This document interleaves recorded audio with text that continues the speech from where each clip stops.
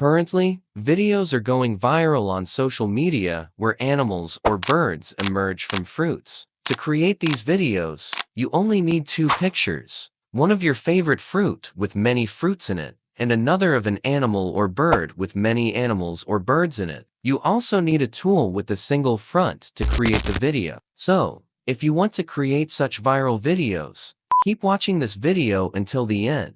Okay guys, first, open any browser and search for Create. Open the first site that appears and press the button. Just click on it, and after that, you will see the option. Press the sign in button and log in with any email. To write video below it, press the Generate Video button. Press Add and upload the first picture, which should be an end of a mango with many mangoes in it. After adding the first picture, add the second picture next to it, which should be of chicks or a similar animal. This way, we will create the video.